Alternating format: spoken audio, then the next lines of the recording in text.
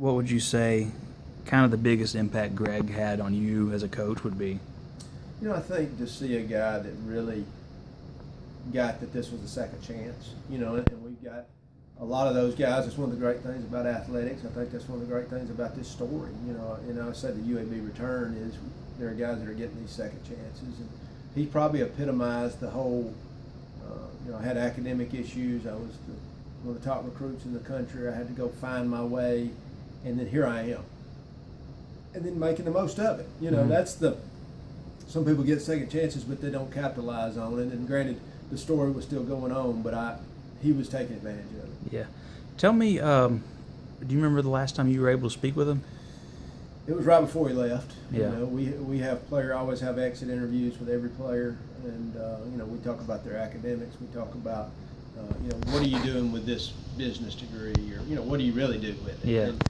And his was because we were so involved in all his making sure he was going to study halls and tours, like we do everybody. But I think we were probably so involved with him because he had academic work to make up, and then to see him get above a 2.5 GPA, the highest he'd ever had in his life, to tell me that, and just be, he had an infectious smile, but he was just beaming. Yeah. And so, I want to go home for a minute, and let's be careful, and Coach, I'll be back in the week. Can't wait to get you back. That I would say with a lot of players. Sure.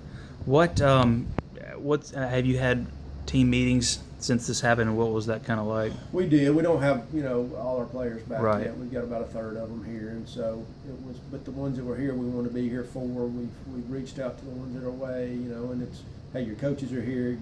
This is a family. We've got to take care of each other.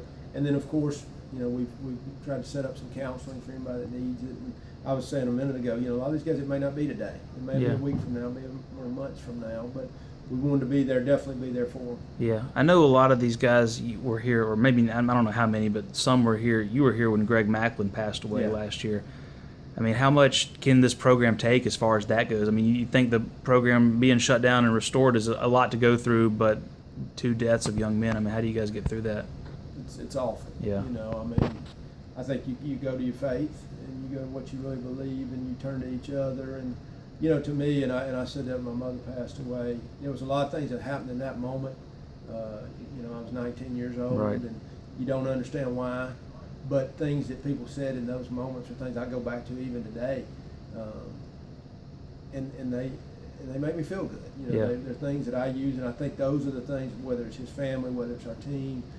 I've heard things from Greg Macklin's family about things that, just us going to be with them meant a lot. So that's the things I try and remember, as a leader of this group. Yeah. And not to kind of lose sight of the tragedy, but he was a heck of a player, wasn't he? What did he show you in these practices that you had with him as far as his ability on the field? He was so explosive. And the beauty of this guy was he ran inside, he ran outside, he could take it the distance, he had receiver hands. This guy loved practice. In football you play for the game. Yeah. This guy would be the guy in the locker room saying, I can't wait to practice today. And so that's an infectious thing. Anytime you can get a guy in a locker room or on a field that motivates other guys just to practice, yeah, it's just huge. Yeah.